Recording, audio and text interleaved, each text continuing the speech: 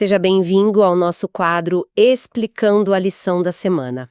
A paz do Senhor, queridos irmãos e irmãs, hoje nós vamos mergulhar num tema que é, assim, o coração da nossa fé.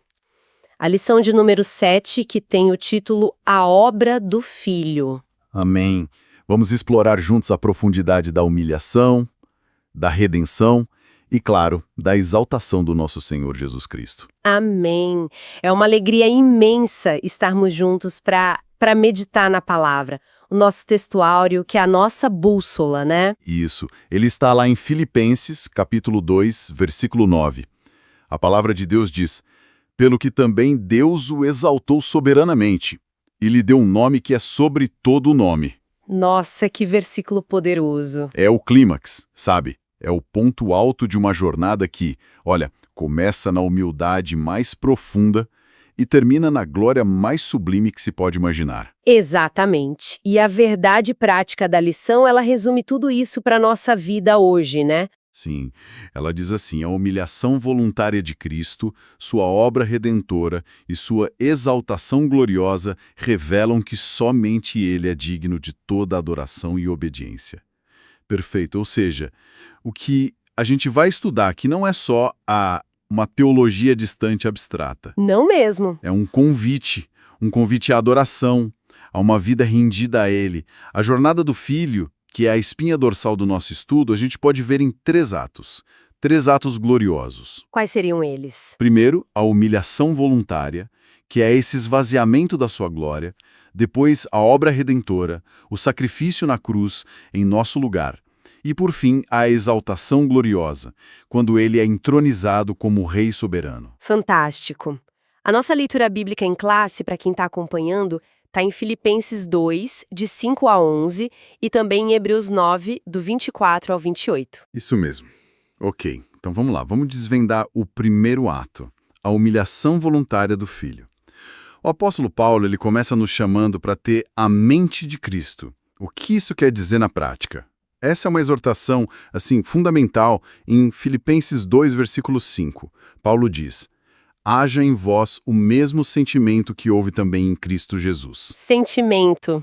Mas a palavra grega aqui, phroneu, ela é muito mais profunda que uma emoção que passa, sabe? Ela significa um modo de pensar, uma disposição da mente que é permanente. Ah, entendi. É uma mentalidade, então. Exato. Uma mentalidade moldada pela humildade, pelo amor, pela obediência. É o oposto total do orgulho, da autopromoção que a gente vê tanto por aí, né? Com certeza. É a renúncia ao nosso egoísmo para buscar o bem do outro. Isso. Viver para a glória de Deus, como João também nos ensina em 1 João 2, versículo 6. E essa mente nos leva a um conceito incrível que é o esvaziamento de Cristo. Sim. Filipenses 2, versículo 6, diz que ele, subsistindo em forma de Deus, não julgou como usurpação o ser igual a Deus. O termo grego hyparchó, que é subsistendo, indica uma coisa contínua. Ele sempre foi, ele é e sempre será Deus. E aqui é que a coisa fica... Nossa, impressionante. Ele não se apegou a isso. De jeito nenhum. Ele não considerou sua igualdade com Deus como algo a ser retido a qualquer custo, sabe? Pelo contrário, o versículo 7 diz que ele, a si mesmo, se esvaziou. Em grego, ekenosen. O que não significa que ele deixou de ser Deus, certo? De forma alguma. Isso é muito importante, irmãos. Ele não deixou de ser Deus, mas ele abriu mão voluntariamente da manifestação externa da sua glória, dos seus privilégios celestiais. Ele mesmo ora sobre isso em João 17, versículo 5. Ele fez isso para assumir a forma de servo, doulos em grego. Um servo.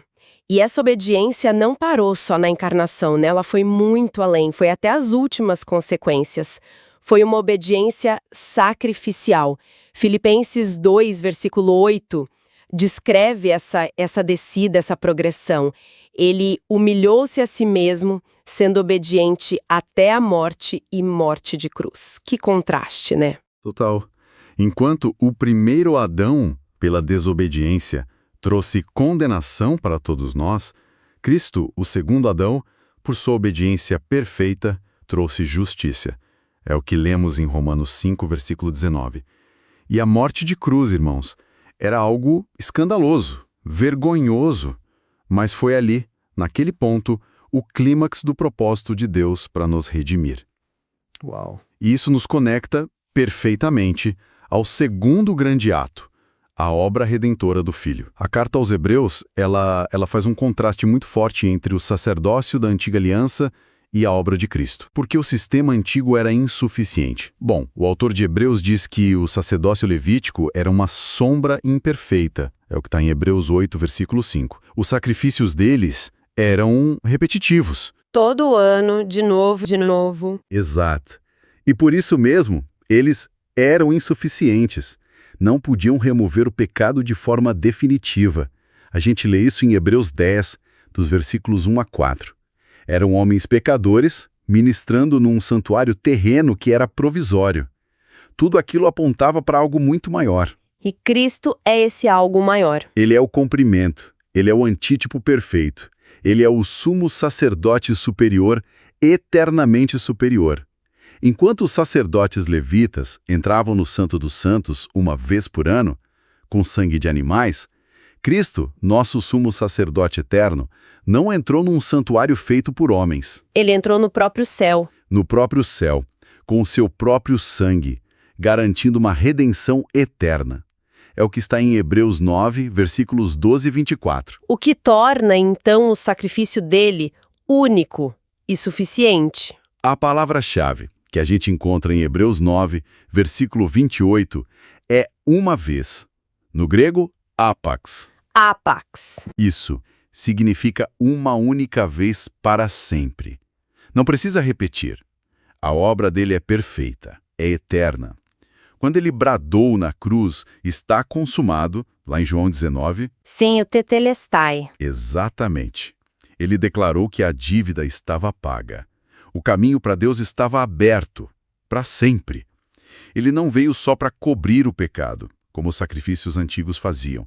Ele veio para aniquilar o pecado, como diz Hebreus 9, versículo 26. A palavra grega aqui é atetesis, significa abolir, remover, completamente. Nossa, que força! E isso tudo nos leva àquela doutrina tão importante, a da substituição vicária. Exatamente. Vicário significa em lugar de outro. O pecado exigia a punição da justiça de Deus. Romanos 3,26 deixa isso claro. A justiça precisava ser feita, mas o amor de Deus. O amor de Deus proveu um substituto. Cristo, o Cordeiro de Deus, tomou o nosso lugar. Ele assumiu a penalidade que era nossa. Isaías 53 já profetizava isso de forma impressionante. É verdade. Ele morreu por nós para que, como Paulo diz em 2 Coríntios 5, versículo 15, a gente não viva mais para nós mesmos, mas para Ele. Para aquele que por nós morreu e ressuscitou. A nossa dívida, ela foi paga na cruz. Amém, glória a Deus. Da profundidade da cruz à glória do trono. Vamos então para o terceiro e último ato. A exaltação gloriosa do Filho. Ah, que maravilha!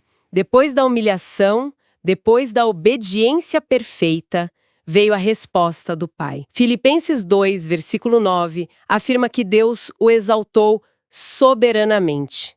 A palavra grega aqui é fortíssima, hiperipsousen. Hiperipsousen, isso.